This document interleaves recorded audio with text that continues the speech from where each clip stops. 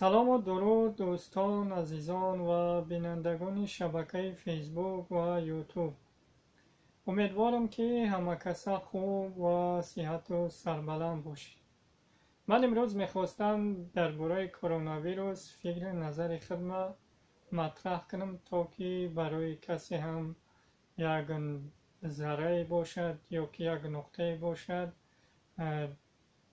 بگیرد و فایده با اون نفرم باشد. و خوشبختانه تا امروز در تاجیکستان عزیزمان یگون خبر از بیماری کرونا ویروس یا که هلاکت از این وبای اثر و آمار رسانده شدگی نیست و دعاگو هستیم نزد پروردگار عزوجل که تا که این وبای اثر به کشور ما داخل نشود. و میگردیم به 3 مارت سال همین سال 2020. 3 مارت همین سال کمیته امنیتی یتیموف تصمیم گرفت برای پیشگیری یا که جلوگیری این وبای اثر کرونا ویروس مسجدهای همه ما و شما رو گویا کراتین کرد، یعنی بست. و در این میان مردم چکار کردن؟ واکنش هم نشان دادن که چرا که شما مسجدهای ما رو بسته کردید و اینها یک دلیل آوردن به مردم پیشکش کردن، همون فکری که در شبکه فیسبوک فعال هستند همونها یک دلیل پیشکش به ما و شما کردن. دلیل شو چی بود؟ دلیل شون بود که یک نوار کوچکی که از همون رفت فیلم ابن سینا میروه همون پارچه را به مردم پیشکش کردن. یعنی چی؟ در اونجا وقتی که در همون زمان ابن سینا عالم مشهور تاجیک همه ما و شما خوب میشناسیمش و در اونجا وقتی که یک بیماری میآید در همون زمان اصلی همون ابن سینا همچون عالم طب که بود و مردم یک میفهموند که شما چکار کنید؟ با مسجد ها نروید، با بازار ها نروید، با جای ازدحام نشوید، یعنی جمع نشوید در یک جا که مبادا که همون ویروس از این به این تو گذشته کنه و بیمار شوید. و این فکرهایی که کمیته امنیتی رحمانوف بودن و اینها گویا که پیشنهاد کردن که شما گویا که همون نفرهایی که در اصلی 1000 سال پیش که سینا گفته بود، ابن سینا گفته بود که مسجدها را برای بیماری بسته کنید، اون نفرها چکار کردن؟ سینا را دشنام تحقیر و به کفر چه کردن؟ چش میگم با اصطلاح همون تاجیکی به کفر مبتلاش کردن، یعنی که کافر گفته، این گفته، اون گفته که گپای کفر میزنی گفته همین خیلی اون ماده که چکار کنم با کفر دادن. و امروز هم با کمیته یتیموف هم چکار میکنن؟ همین تصمیم رو پیش گرفته است که گویا که ما همون سینوها هستیم و شما همون بیسوادا و جاهلا که ما غمخوار مردم هستیم که مردم بیمار نشوند، پیشگیری از این وبای اثر میکنیم و شما باشد همون کاری که زمان شنده سینا را کرده بودن شما همین کارا میکنید. و در اینجا سوال مطرح برمیان میآید که بگذار که شما برای غمخواری این ملت و دولت، برای این سرزمین مردم چکار کردید؟ مردم جلوگیری از این وبای اثر یعنی کرونا ویروس کردید که تا مردم بیمار نشوند. اینش قبول است. و سوال مطرح باز به میان میآید که چرا مشرفگاه هایی که در این نوروزی ها بدن اونها را شما جلوگیری نکردید؟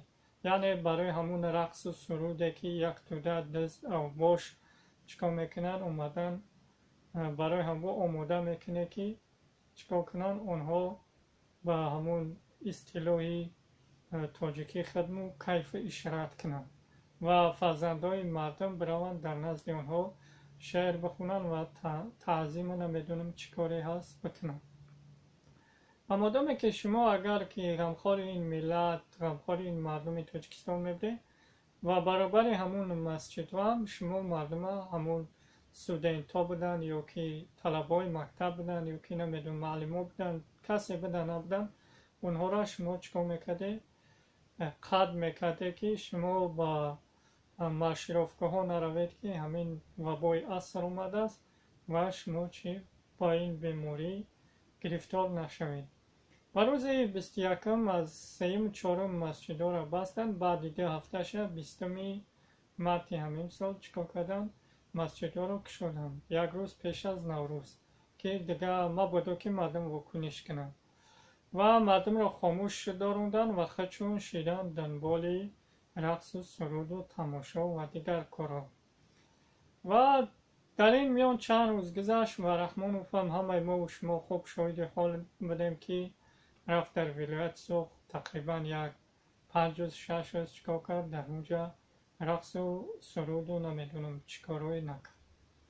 و بعدی بازگشتن رحمانوف از ولایت سوخ چیکار کردن؟ دیروز اعلام کردن که در تاجیکستان حالتهای فوق‌العاده، یعنی که تصمیم گرفتن که برای پیشگیری کرونا ویروس چیکار میکنن؟ حالتهای فوق‌العاده اعلام کردن. چون که علاقه در تمام منطقه‌های دنیا مردم را این وبای اثر به تعلقه افتانده است و تمام کشورها چیکار کردن؟ یعنی کراتین اعلام کردن که تو مردم احتیاطکار باشن و در مسجدها را بسته کردن، کلوب ها و دیسک کلوب ها و همه کافه و همه جا را بسته کردن تا که مردم با اونجا نروند و جمع نشوند و گرفتاری این بیماری نشوند. و امروز حکومت جمهوری تاجیکستان دیروز بگیم تصمیم گرفت که حالتهای فوق‌العاده اعلام کنند. و امروز میبینیم که فقط در همین 3 کشور عالم همین وبای اثر نیست. این 3 کشور هم باشن، همین 3 کشوری دیکتاتوری هستند. یکیش تاجیکستان است، دیگرش کره شمالی است و دیگرش ترکمنستان است. این 3 کشوری است که تا هنوز اعلام نکرده است که ما یک بیماری از همین وبای اثر داریم یا یک از فوتید. خلاص در همین کشورها یکون بیماری وقت گرفته نشده است.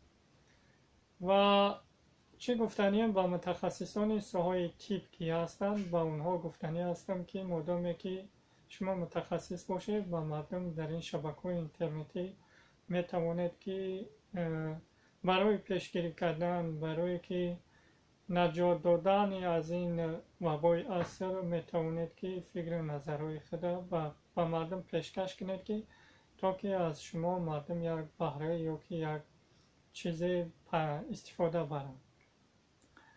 و نمیخوام که دیگر صحبت طولانی کنم، باقی در امان خدا باشید.